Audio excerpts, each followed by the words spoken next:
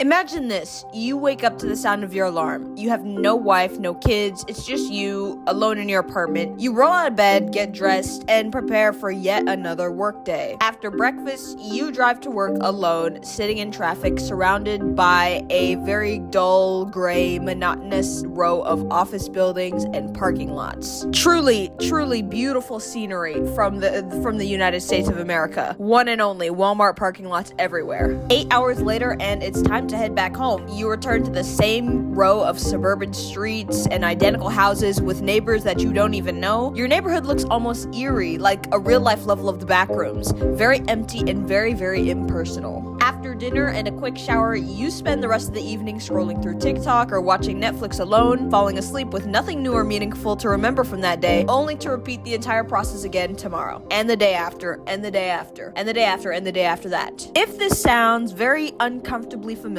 you are definitely not alone. In fact, this isolated daily routine is very much increasingly common for many Americans today. America is facing an epidemic of loneliness and social isolation. In fact, this issue is so widespread that the U.S. Surgeon General recently declared loneliness as a public health crisis. He linked it both to mental and physical health issues. In fact, some studies even suggest that social isolation can be as damaging as smoking 15 cigarettes a day. But what is driving this isolation? There are many factors that contribute into the increasing sense of loneliness in this country. But there is one very powerful and often overlooked factor that I want to talk about today, and that is the loss of third spaces and just the way our architecture and urban design in America actively discourage community interaction. As someone that recently graduated high school and is stepping into adult life for the first time, I have noticed that the world of work and urban living just don't naturally encourage us to go out, explore our communities, and meet new people. American cities and suburbs aren't built to support a life that includes natural social interaction that's very casual. They're built to prioritize private spaces which isolate us from one another, which is what I want to talk about today. According to Ray Oldenburg's influential book, The Great Good Place, a third place is an informal public gathering space that serves as a community's social center, one that is distinct from the home, which is the first place, and the place of work, which would be a person's second place. These third places are vital to public life because they provide an inclusive environment where people from various backgrounds can interact as equals. Rather than monetary gain above all else, these places prioritize comfort and accessibility, and they create a setting where conversation is promoted and social hierarchies are minimized. The atmosphere is typically relaxed, playful, and just generally unpretentious. It's supposed to make people feel comfortable enough to unwind and engage with each other authentically, almost like a sort of home away from home. In Ray Oldenburg's book, he describes a third place as meeting one or more of the following 8 requirements. The first requirement being that there are no responsibilities tied to it, and it is a neutral ground. What this means is that third places allow people to come and go as they please without any obligations tied to it in the same way that there would be for home or work. This creates a space where people can feel like they can interact without the constraints of social expectations. So in other words, there shouldn't be any responsibilities that force them to be there, but rather it should be a place that people go willingly anytime they wish for fun, and they can leave at any time. The second requirement is that it is supposed to serve as a social leveler, and what I mean by that is these third spaces are meant to bridge social divides, and they're supposed to be places where individuals can come from all walks of life and interact as equals. The focus is on common humanity rather than a certain social rank, fostering an environment where diverse groups can connect on an even playing field. What this means is that it shouldn't be a space catering specifically towards a certain tax bracket, like a country club or something. The third requirement is that it should be a space that makes conversation a central activity. It needs to prompt making conversation as one of the major reasons why people go there. For example, something like a coffee shop or a community center are examples of places where conversation with others would be just regularly made, whereas a library would probably not be. Dialogue is a primary activity in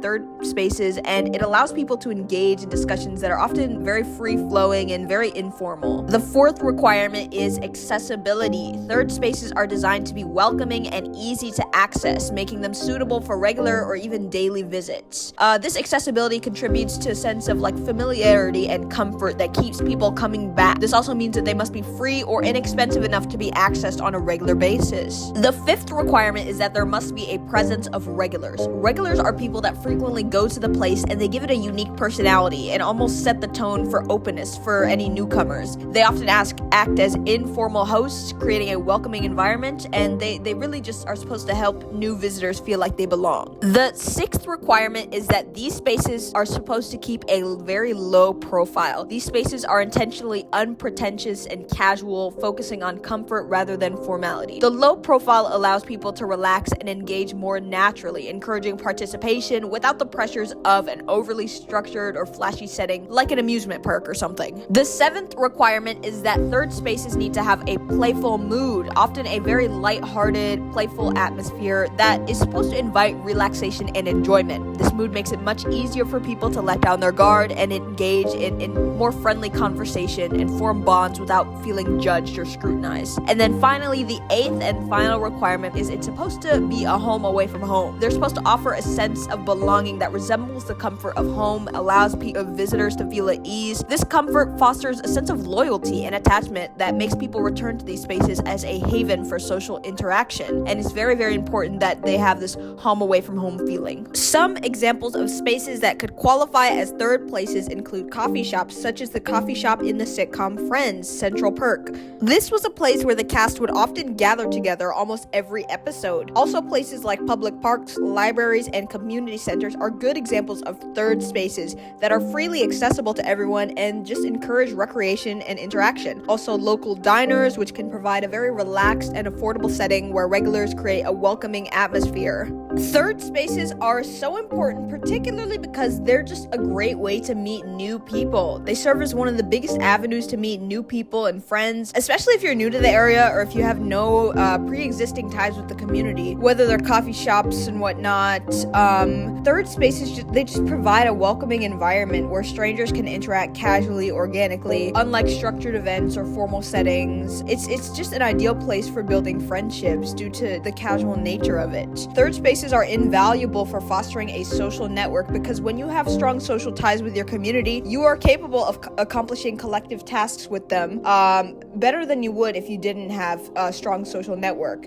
This is best explained by the YouTuber Elliot Sang in his video on third spaces. Knowing others through these spaces allows you to easily introduce yourself to others in the space, and vice versa. It allows for a type of networking that can help accomplish collective tasks. When you, a local chef, an event planner, an arcade owner, and a graphic designer all know each other, you can converge to throw a really cool event to fundraise for an important cause. This is not so easy and in fact can become really costly when they become services that you have to acquire through websites like TaskRabbit and Fiverr. These spaces bring together people with diverse skills, resources, allowing them to collaborate and solve community problems organically. For example, neighbors might organize a local cleanup or plan community events simply by engaging in casual conversations at their regular meeting spot. Without these organic interactions, communities often rely on strangers or external services for tasks, which further reinforces the commodification of life. But despite their vital role within our communities, third spaces have seen a drastic decline in the US over the last few decades, as the once vibrant cities have been replaced with very monotonous American suburbs. Today, if kids want to go out and have fun, many have to pick between hanging out at a bunch of McDonald's or a Walmart parking lot, because those are the only places accessible to them. This decline in the places where we're able to congregate has contributed very significantly to the loneliness epidemic, and it's what I want to talk about today. Why has there been a decline of third spaces, and what is the negative impact that it has on our communities? First, I need to take a look at why are the reasons why these spaces are declining. And the first reason I want to talk about is the commodification of living itself in the United States of America. Imagine walking into your favorite coffee shop, planning to unwind with a book or chat with a friend, but instead of the cozy chairs you remember, you find hard, unwelcoming seats and a sign that says restroom for customers only. These subtle shifts signal a much larger problem, which is the decline of free and accessible third spaces. As our world becomes more commercialized, the spaces where people used to gather for connection, conversation, or relaxation relaxation without spending any money are disappearing. Everything is all tied to one thing, and that is money. Third spaces thrive on accessibility and inclusivity, and they're supposed to offer people a chance to gather without the expectation of spending money. But in a world where everything is increasingly transactional, spaces like these have become much less profitable, and their value is often overlooked by those in charge. Take laws against loitering, for example. These are often used to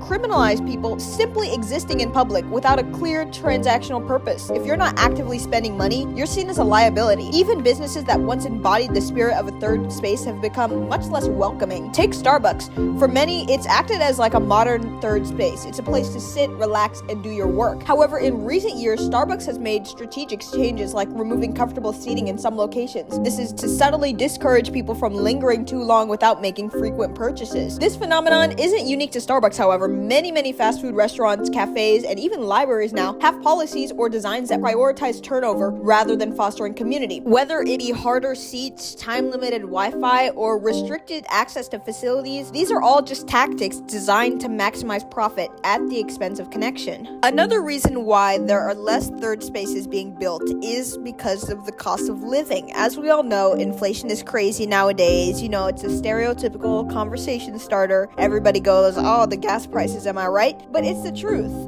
Why does your favorite meal at your local diner now cost as much as like a fancy dinner? Or why aren't new parks and libraries popping up in your neighborhood? The harsh reality is the cost of living has increased drastically, and along with that means that the number of free or inexpensive community spaces will slowly disappear. The rising cost of everything, materials, labor, even the land itself.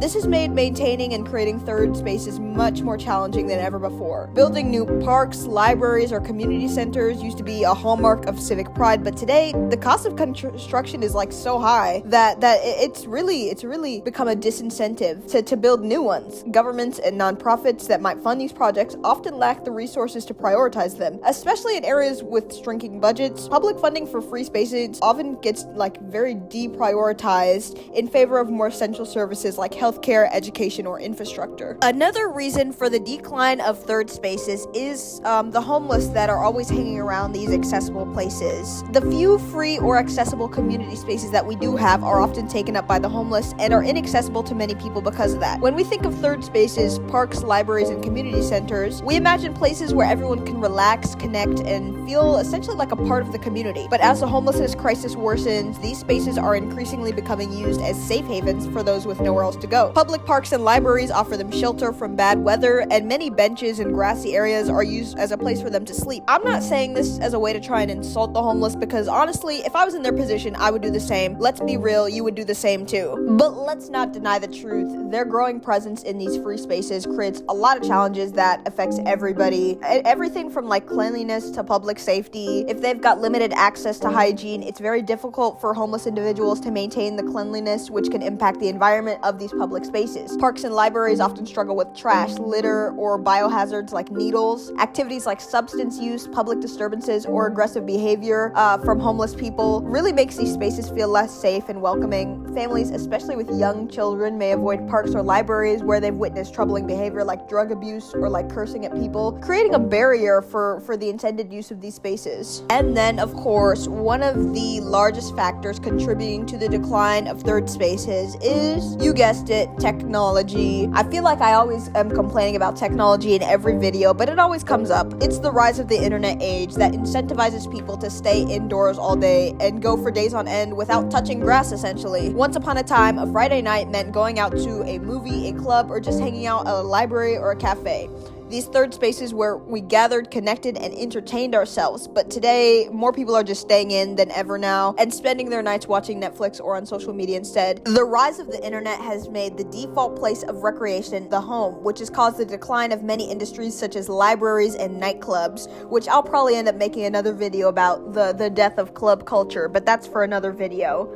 But many things and forms of entertainment that were formerly done outside the home can now be done at home. And after all, why go to the library when you can just find the books online? And if you've got nothing to do on a Friday night, you can just watch something like on Hulu, whereas most people would have gone out on a Friday night in past years. And then there are the social reasons for the decline in third spaces. I'm talking about the increasing distrust that Americans have towards each other. People are much less trusting of strangers and the outside world, especially when it comes to parents and their kids. Parents tend to be much more hesitant to just let their kids go out and play, and they have an increasing fear of things such as kidnapping, and they want to have complete awareness of exactly where their kids are at all times. This is a very stark contrast from parents throughout the 70s and 80s that often just open their doors and let their kids go out and play. Parents nowadays don't want to be unaware of where their children are for any point in time. According to Pew Research Center, many Americans are anxious about the level of confidence citizens have in each other. All of these are issues that really affect the amount of third spaces that are available today. However, there is one issue that I think stands above all else in what is like one of the most detrimental, I would argue the most detrimental to third spaces, and that is the unwalkable cities we live in. The absolute chaos that is American architecture and urban design is the final nail in the coffin for why third spaces are really in rapid decline. First, let me give you a little bit of history on what I mean when I say unwalkable cities. The first unwalkable cities really began to get started during the rise of the American suburbs shortly after World War II. One of the biggest obstacles to third spaces in America is the unwalkable nature of many neighborhoods, particularly in the suburbs. America is home to suburbia and its individualistic ideals that accompany it. When they were first introduced to Americans, the suburbs portrayed themselves as an escape from the, quote, dirty, unsafe, noisy city. Suburbs were marketed as a cleaner, safer, quieter alternative to urban life, where families could really have more space and more privacy. This vision appealed to many, especially during the post-World War II era, when the white flight saw predominantly white families leaving the city due to racial integration and fears of crime. The white flight was an era where white folks saw the cities with a higher African American population and decided to leave to get away from them throughout the 1950s. With the white flight, it pushed forward a negative view of life that is lived closely amongst their fellow humans. The suburbs embraced a lifestyle of independence, prioritizing private homes, yards, cars, and everything private over shared public spaces. This introduced the concept of the personalization of public amenities. Unwalkable cities are bad because it minimizes the chance of spontaneous encounters, which are often the very key to discovering new third spaces. Remember, third spaces, one of the requirements for them is that they need to have a low profile, which means they can't be super famous places. And because everything is so far and it requires a car to get there in unwalkable cities, going out always requires a reason, such as going out to run a particular errand or to buy a particular thing. Driving from point A to point B leaves very little opportunities for any unplanned stops, which decreases the chance of someone finding a place that serves as a third space. In contrast to this, walkable cities often encourage like leisurely strolls and casual outings where one might stumble upon a cozy cafe, a park, a bookstore that would become a cherished third space. This lack of spontaneous situations in unwalkable areas significantly limits the opportunities for people to connect with their surroundings and discover new places that would help them foster a sense of belonging or a sense of community, really. So what can we really do about this? If you're like me, the decline in third spaces is a very depressing topic, but I want to leave this video on a more positive note because there still is stuff that we can do about it. First of all, we can support our local third spaces. If they're in decline, but you know of a place that is still open, do your best to support it. Become a regular there and really try your best to financially support it if you're able to, and just make an effort to find, visit, and support these spaces. These places are really the backbone of social interaction, personal connection, and your presence can really help keep them alive. Second, and this one's an important one, advocate for changes in urban development laws. Push back against Euclidean zoning laws. These are laws that segregate spaces and prioritize commercial building development over mixed-use areas. By encouraging more flexible zoning and creating space for third places, we can really reshape our cities and make them more social and accessible.